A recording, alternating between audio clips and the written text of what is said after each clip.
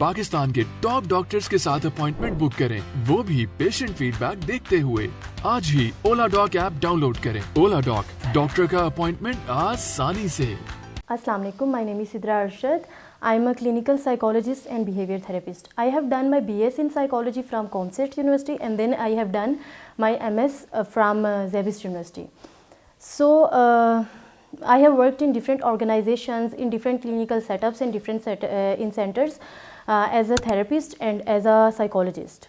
So today I want to discuss about the most noticeable issue among children, which is autism.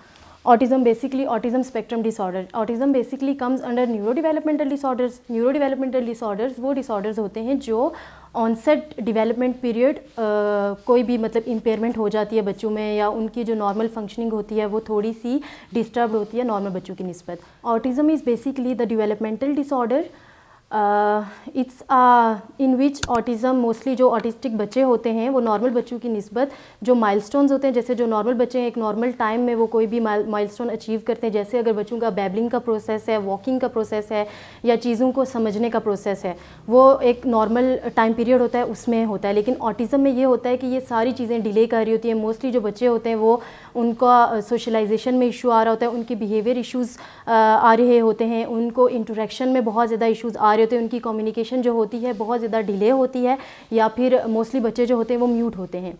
अच्छा, autism में ये होता है कि अगर कोई भी बच्चा, अगर कोई भी मतलब पेरेंट है, अगर वो बच्चे को कोई भी अफेक्शनेट बिहेवियर शो कर रहे हैं तो बच्चा उसके रिस्पॉन्स में कोई भी इमोशंस वगैरह नहीं देगा. अच्छा, उसके बाद ऑटिस्टिक बच्चे जो होते हैं उनमें बेसिकली आई कांटेक्ट के इश्यूज़ आते हैं, वो आई कांटेक्ट नहीं कर पा रहे होते.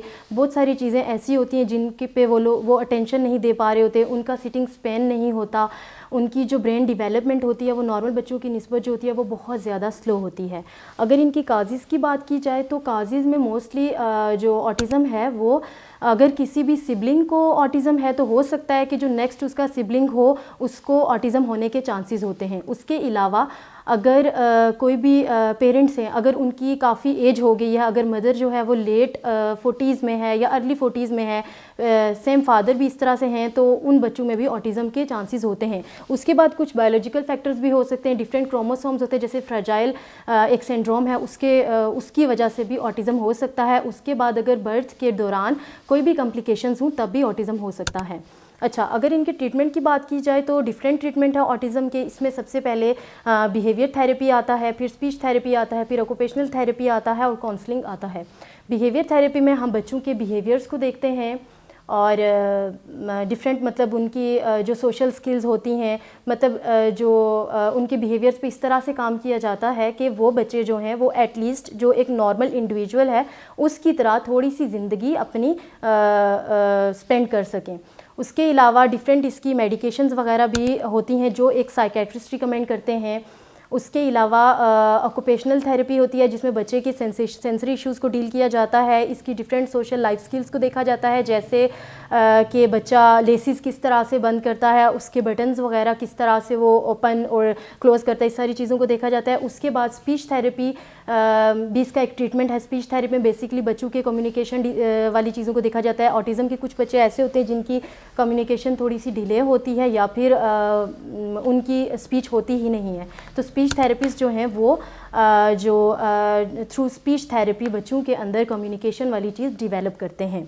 उसके अलावा काउंसलिंग में हम पेरेंट्स की काउंसलिंग कर सकते हैं. शुरू में जब बच्चे के अंदर ऑटिज़म डायग्नोस होता है तो मोस्टली पेरेंट्स डिनाइल में होते हैं और उस वजह से वो बच्चे के ट्रीटमेंट में थोड़ा डिले कर देते हैं, जिससे बच्चे के जो सिम्टम्स हैं वो थोड़े वर्स हो जाते हैं. तो पेरेंट्स की काउंसलिंग बहुत ज़रूरी है. अगर उनका कोई भी बच्चा है जिसमें ऑटिज़म डायग्नोस हुआ है तो उनकी ऐसे काउंसलिंग की जाती है कि जो पेरेंट्स हों वो बच्चे को जल्दी जल्दी थेरेपीज़ करवाएं ताकि विद द टाइम बच्चे के अंदर थोड़ी बहुत इम्प्रूवमेंट आ जाए. Although autism is not curable, but autism is manageable. Currently, I am working in Mashal Mental Health Care. We are providing different psychological help to that people who are suffering from different psychological issues. Thank you so much. Pakistan के top doctors के साथ appointment book करें, वो भी patient feedback देखते हुए. लाखों लोगों की तरह पाकिस्तान के सबसे बड़े डॉक्टर नेटवर्क का फायदा उठाएं. और आज ही ओला डॉक ऐप डाउनलोड करें। ओला डॉक, डॉक्टर का अपॉइंटमेंट आसानी से।